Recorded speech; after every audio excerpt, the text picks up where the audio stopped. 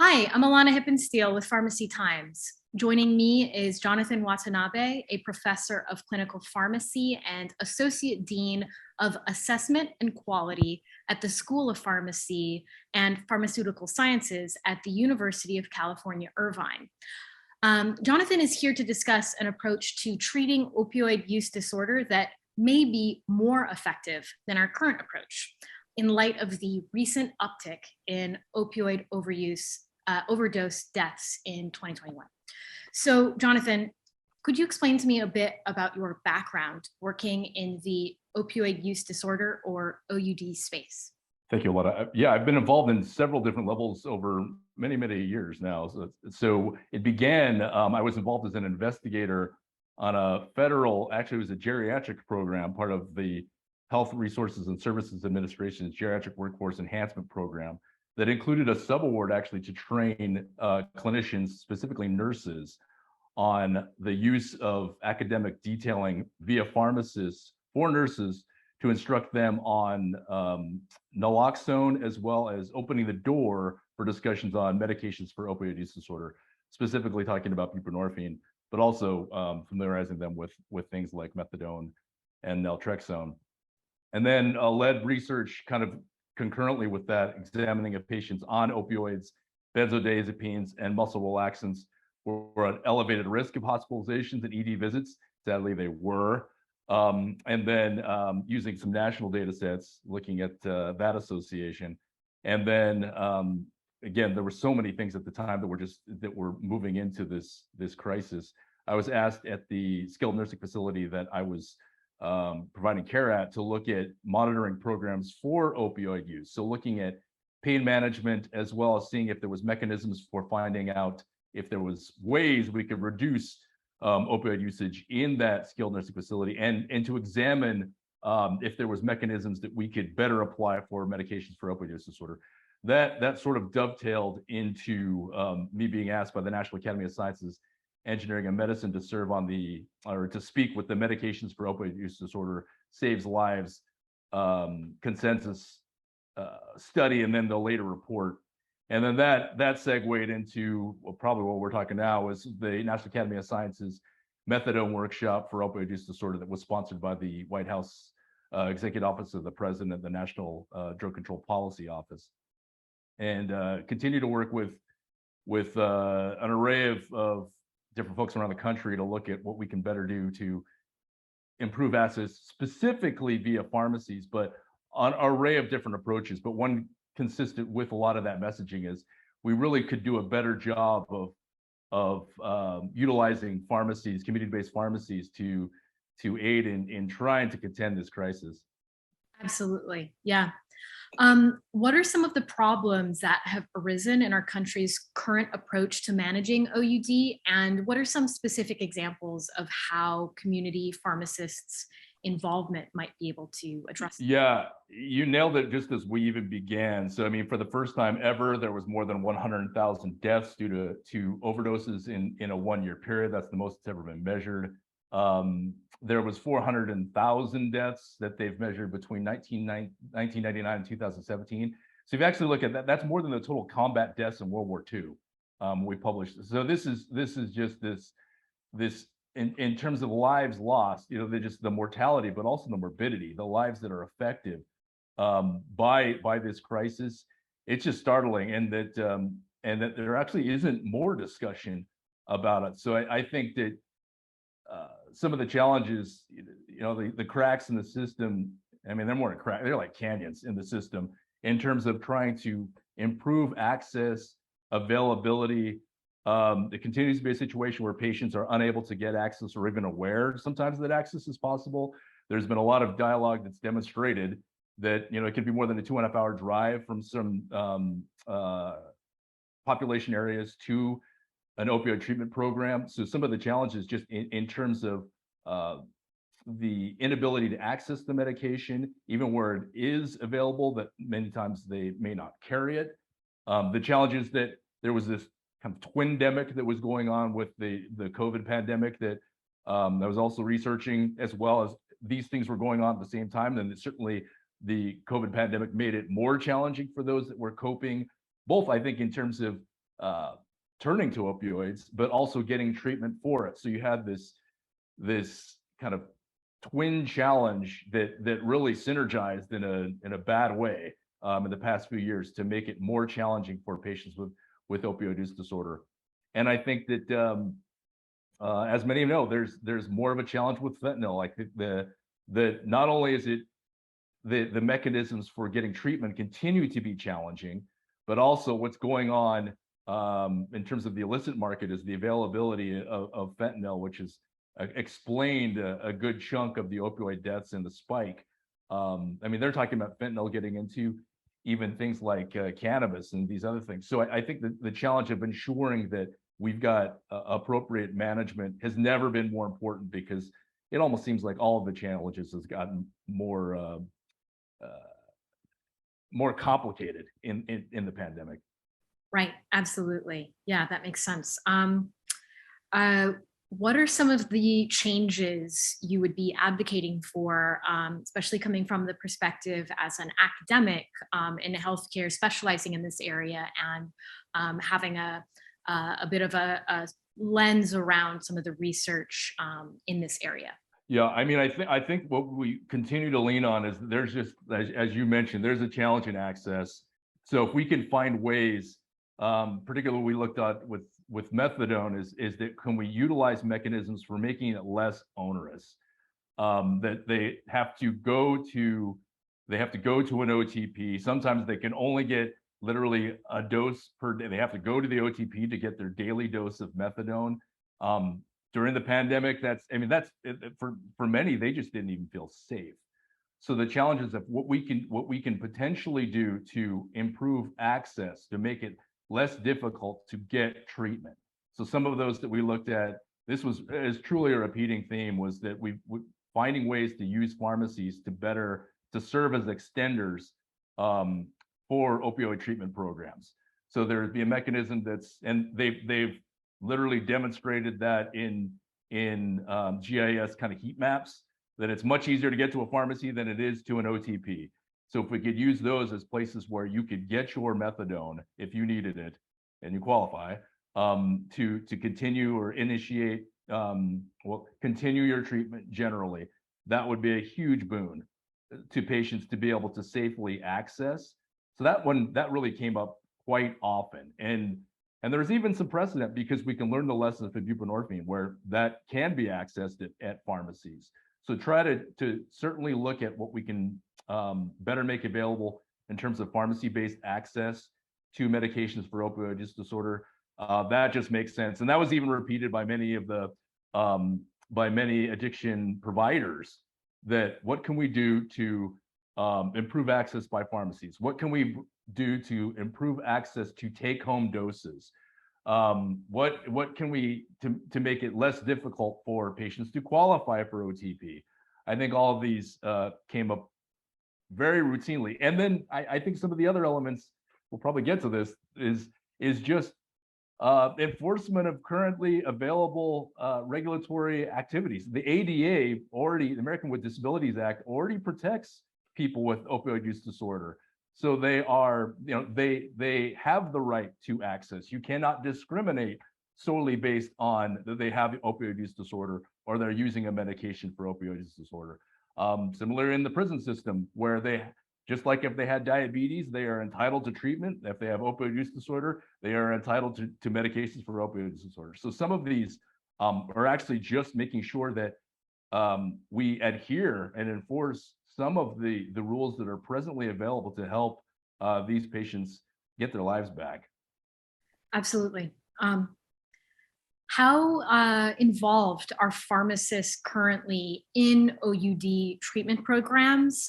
You've mentioned some of the ways that pharmacist involvement would really aid those programs, but where is involvement currently at?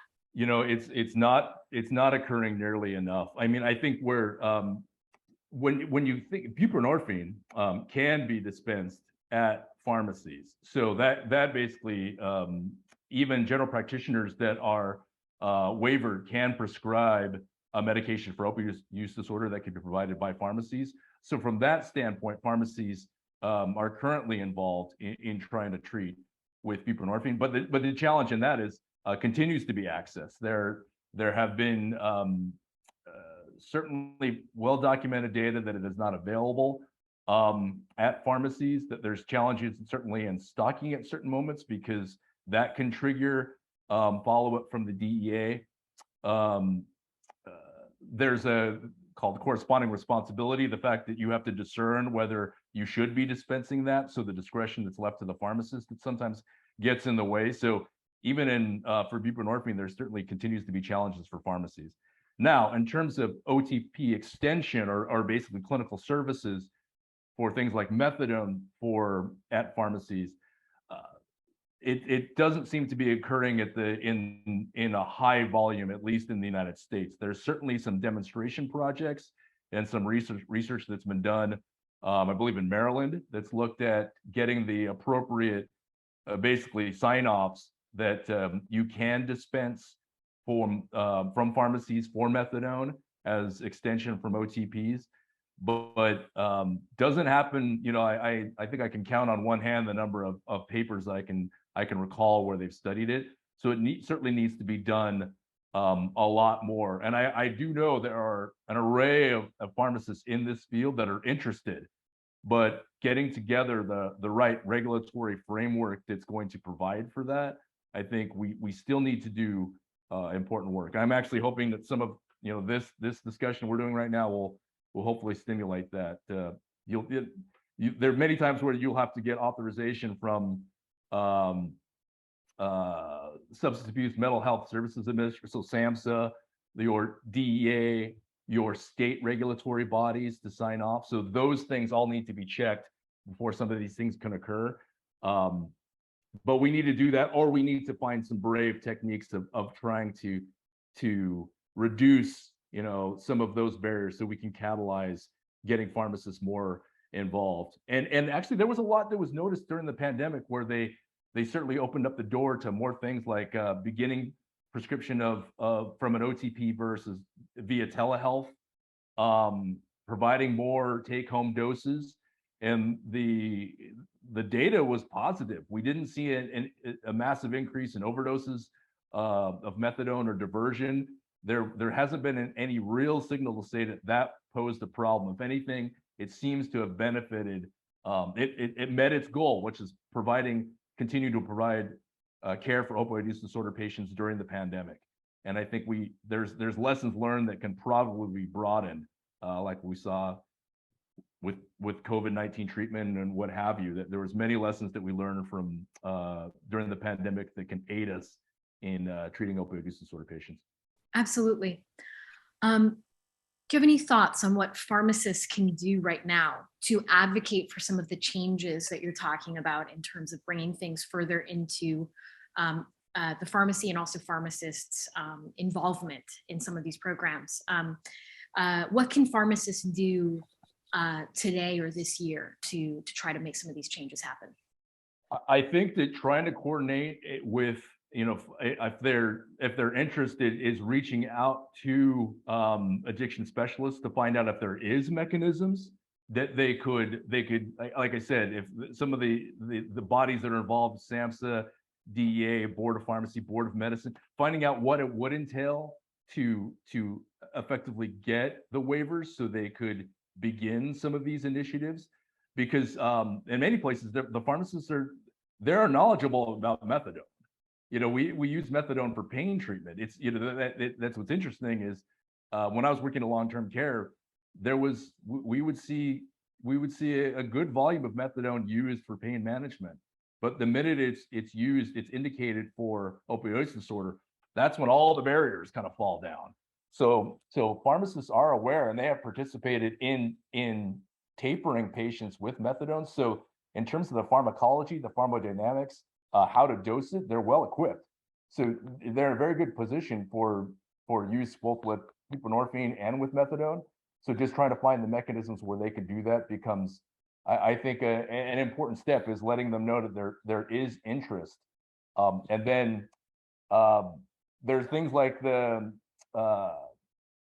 CM, like basically some demonstration projects from CMMI that have supported potentially finding programs that could be set up to evaluate whether some of these novel approaches of getting pharmacists involved, not just in dispensing, but also being involved in providing direct patient care for some of these folks, could also be utilized and potentially be reimbursed.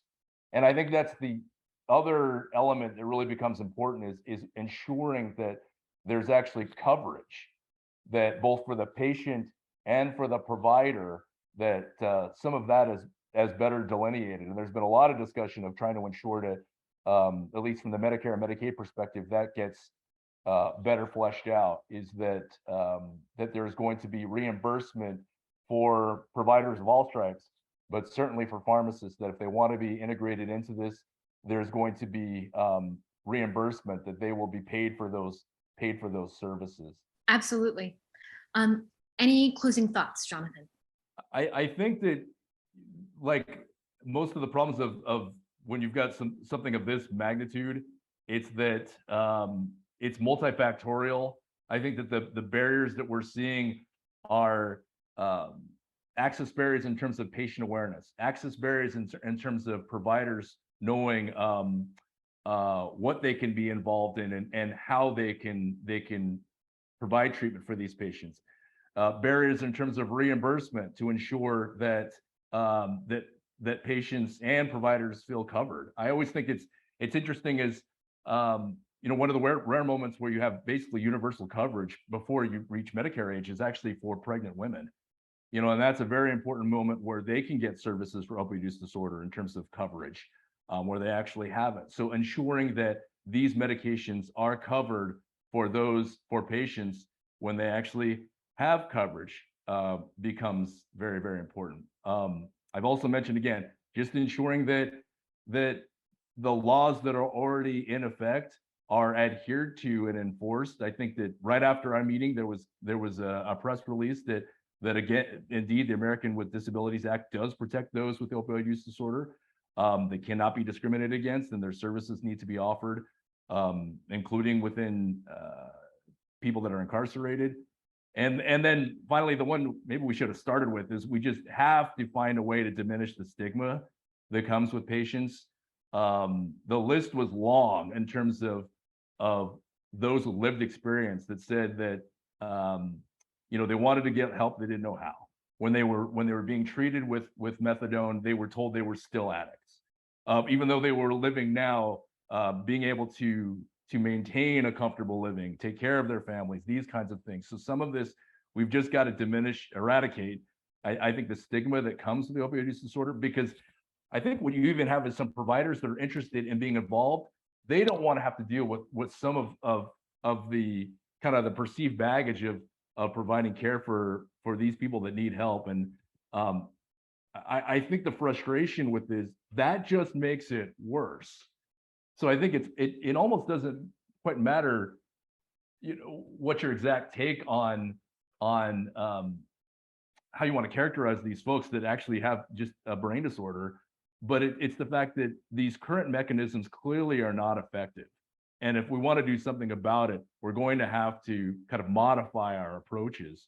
And and these things are very, very sound. We're not talking about medications that are unknown. We're not talking about quantities, and certainly we're talking about a patient population that really is, that their options are few. So it just seems that like any other disorder, that we have this duty to provide care. This is one where we could certainly do much more to enhance what we deliver.